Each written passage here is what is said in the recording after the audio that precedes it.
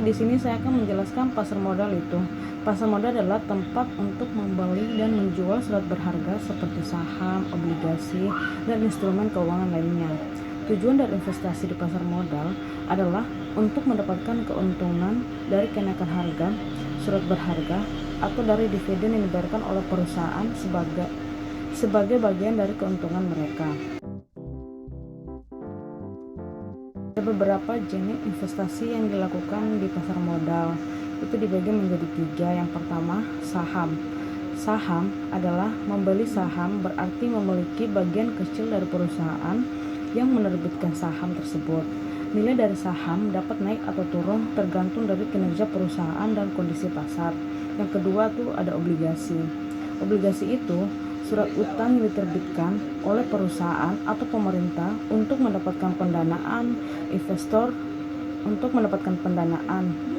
membeli obligasi akan menerima pembayaran bunga secara periodik dari penerbit obligasi dan pengembalian pokok ketika jatuh tempo. Baik, yang ketiga itu ada reksadana.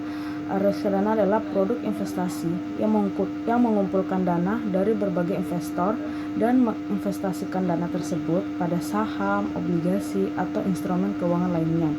Keuntungan atau kerugian dalam reksadana dibagi di antara para investor sesuai dengan persentase kepemilikan mereka.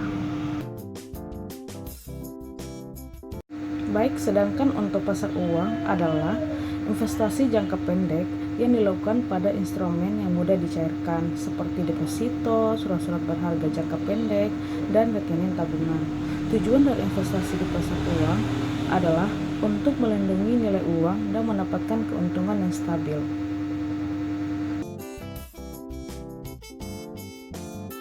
Baik, adalah jenis investasi yang dilakukan di pasar uang itu dibagi menjadi 3. Yang pertama, deposito. Deposito adalah simpanan jangka pendek yang dibuka pada bank dengan tingkat suku bunga tetap. Investasi ini relatif aman dan memberikan keuntungan tetap pada tanggal jatuh tempo. Yang kedua itu surat berharga. Adalah instrumen keuangan yang memiliki jangka waktu kurang dari 1 tahun. Contoh surat berharga jangka pendek adalah surat berharga komersial dan cek bank. Yang ketiga itu ada rekening tabungan. Di sini rekening tabungan adalah jenis rekening yang terbuka di bank untuk menyimpan uang dan memberikan keuntungan dalam bentuk bunga. Namun jumlah bunga yang diberikan biasanya lebih rendah dibandingkan dengan instrumen keuangan lainnya. Baik, pengertian analisis fundamental adalah metode evaluasi nilai suatu instrumen keuangan seperti saham atau obligasi dengan menganalisis faktor-faktor yang mempengaruhi kinerja dan prospek perusahaan atau entitas yang menerbitkannya. Tujuan dari analisis fundamental adalah untuk memahami nilai intrinsik suatu instrumen keuangan dan memprediksi pergerakan harga di pasar. Yang kedua itu ada analisis teknikal. Analisis teknikal adalah suatu metode dalam menganalisis pergerakan harga dan volume perdagangan suatu instrumen keuangan seperti saham, mata uang, atau komoditas. Tujuan dari analisis teknikal adalah untuk mengidentifikasi pola dan tren yang dapat digunakan untuk memprediksi pergerakan harga di masa depan.